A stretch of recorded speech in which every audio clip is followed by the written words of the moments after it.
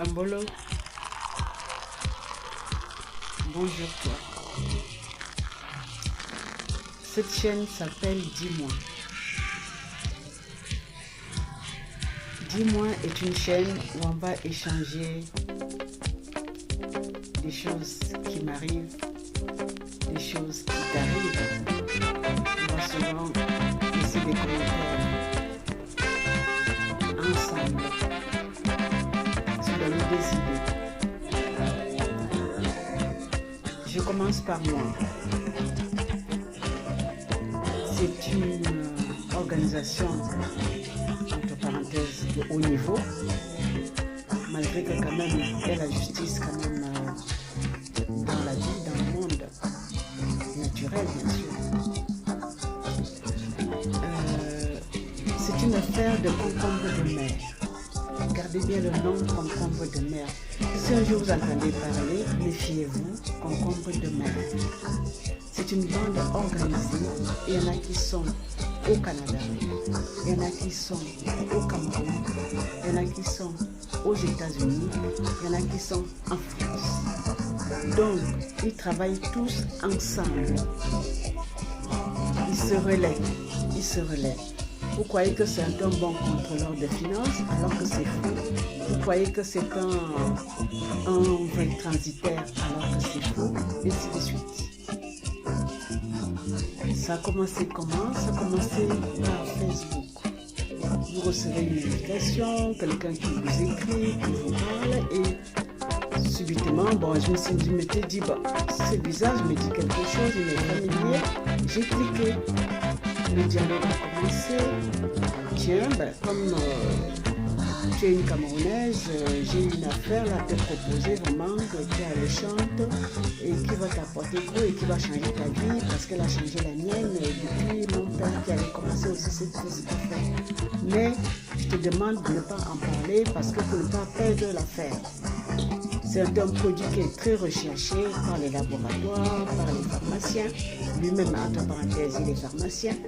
Mais son problème, c'est qu'il est en instance de divorce. En tant qu'instance de divorce, il est surveillé. Il ne peut pas utiliser ses comptes comme il veut. Au Canada, c'est comme ça. Lui, au Canada, le chef.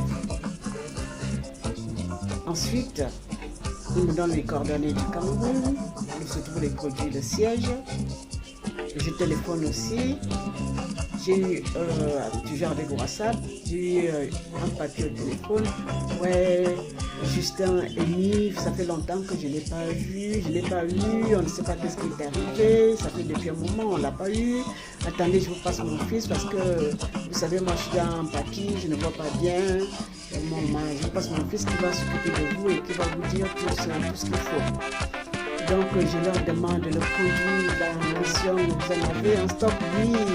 Vous avez combien de kilos? On a 500 kilos. Ok, finalement, celui qui est aux États-Unis, il a besoin de 500 kilos. Ça tombe bien, il y a les 500 kilos. Ok, ainsi de suite. Bon, vous coupez court un peu. Ouais, maintenant il faut 1000 euros parce qu'il faut écraser les 500 kilos. Il faut tant parce que pour le transport, il faut tant parce que pour l'emballage, il faut tant parce que ceci, cela. Déjà, entre-temps, la personne qui voulait le produit aux États-Unis, se disant que lui se déplace avec son conseiller, avec son banquier et avec son avocat, vraiment que lui ne s'amuse pas. Donc, il me dit que lui, mercredi prochain déjà, il va arriver. Je lui dis, mais oui, vous allez arriver, mais moi, je n'ai pas encore le produit avec moi. Lui qui rappelle le commanditaire, il lui dit non. Et elle dit qu'elle n'a pas de produit, mais qu'est-ce que je dois faire alors? Mais moi je suis dans le besoin. L'autre qui me rappelle, oui, non, il ne faut pas dire que tu ne l'as pas toi, pour que tu aies le produit mercredi prochain. Et comme ça, il va venir le récupérer, vraiment, tenter ta chance. Vraiment, il faut faire comme ça. Et moi je rappelle l'autre, oui, ne vous inquiétez pas, je vais tout faire pour qu'il y ait le produit, mais je vous rappelle ainsi. Voilà.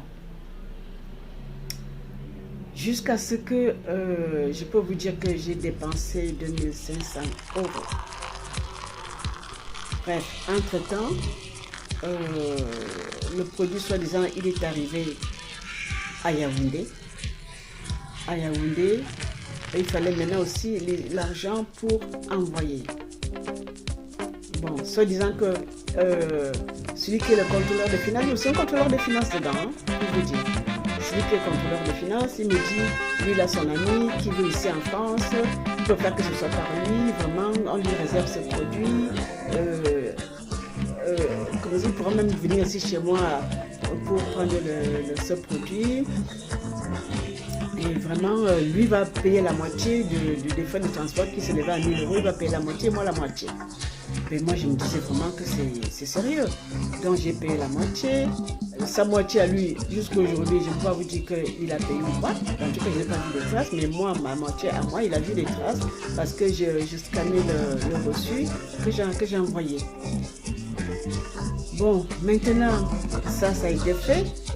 Maintenant, soit disant que le produit est entre les mains d'un transitaire et que le transitaire, lui, maintenant, il me téléphone, il me dit vraiment, il faut 800 € pour faire la licence. Lui ne peut pas laisser voyager le produit comme ça. J'ai dit, mais comment ça fait encore 800 €? Moi, les autres m'ont jamais parlé qu'il y avait 800 € encore donné en plus pour le transport. Et bien, vous laissez encore avec lui, ou sinon, alors on envoie le produit dans un laboratoire directement, que lui, vraiment, pour éviter des problèmes, lui, il préfère que j'ai ma licence, comme ça aussi je serai tranquille par les prochains jours à venir, je pourrai travailler tranquillement, voilà. Donc là j'ai eu un 6e sens, je demandais mais vous êtes situé à quel niveau? Il me donne le nom, je lui pose encore la question, mais tout ça par SMS, pour venir vous voir là-bas, c'est un peu le taxi, qu'est-ce qu'on dit? Il me dit oui, ça se voit vraiment que vous ne connaissez pas bien Yaoundé, donc il me dit mais vous êtes seulement ce nom-là, dans le nom de l'agence. Donc moi après j'ai eu un 6e sens de demander à un cousin d'aller voir sur place qu'il y a telle chose, telle situation. Il est parti sur place et en allant, entre-temps comme il était un peu en retard, il téléphone pour pouvoir dire à ce monsieur qui va arriver, mais il est un peu en retard, mais il arrive, il est en route. Entre-temps, la personne ne lui a pas répondu, me dit, le gars ne répond pas, il dit, ne t'inquiète pas, ben, ça fait rien, vas-y dedans, et entre-temps, tu pourras le voir. Bon, l'erreur que j'ai eu à faire aussi, parce que j'ai eu à l'avertir pour dire qu'il y a une personne qui arrive sur place. Et moi, en envoyant une personne sur place, il se croyait aussi que la personne venait avec l'argent avec lui. Il me dit, oui, il arrive à quelle heure? Mais normalement, la personne est en route. Entre-temps, mon cousin qui le rappelle aussi, il ne répond pas. Avant que mon cousin lui arrive sur les lieux, il répond pour dire que oui, pour dire qu'il n'est plus là-bas, il est à un autre endroit. Dans l'autre côté de la ville, carrément, il fallait traverser la ville. J'ai dit non, ça ne fait rien, vas-y sur place là-bas, tout droit, ne recule plus, va vraiment vérifier l'adresse sur place. Maintenant, arrivé sur place dans le quartier, il a fouillé le nom de cette agence. Personne ne connaît cette agence en cet endroit-là. Maintenant, quand il rappelle la personne ne répond plus. Donc c'est là que l'histoire a été stockée net. Et c'est là que j'ai compris que je m'étais vraiment fait avoir. Donc vraiment, tant qu'ils n'ont pas fait le tour du monde entier, ils vont toujours continuer à tenter leur chance. J'espère que toi qui me regardes, tu as entendu parler de produits de concombre de mer, que tu ne tomberas pas dedans. Et que cela va sauver certaines personnes à ne pas dépenser leur argent comme moi je l'ai fait. Et c'est pour ça que j'ai fait cette vidéo, pour mettre aussi certaines personnes à l'abri. Parce que c'est pas d'aujourd'hui qu'ils ont commencé, ça fait depuis qu'ils ont commencé. Tant qu'ils n'ont pas fait le tour du monde entier, ils vont continuer. Tant qu'ils arrivent à voir certains, ils vont continuer. Voilà mon histoire. Alors, tu vas me dire, qu'est-ce que tu en penses? Qu'aurais-tu fait? Tu me laisses un commentaire. À bientôt.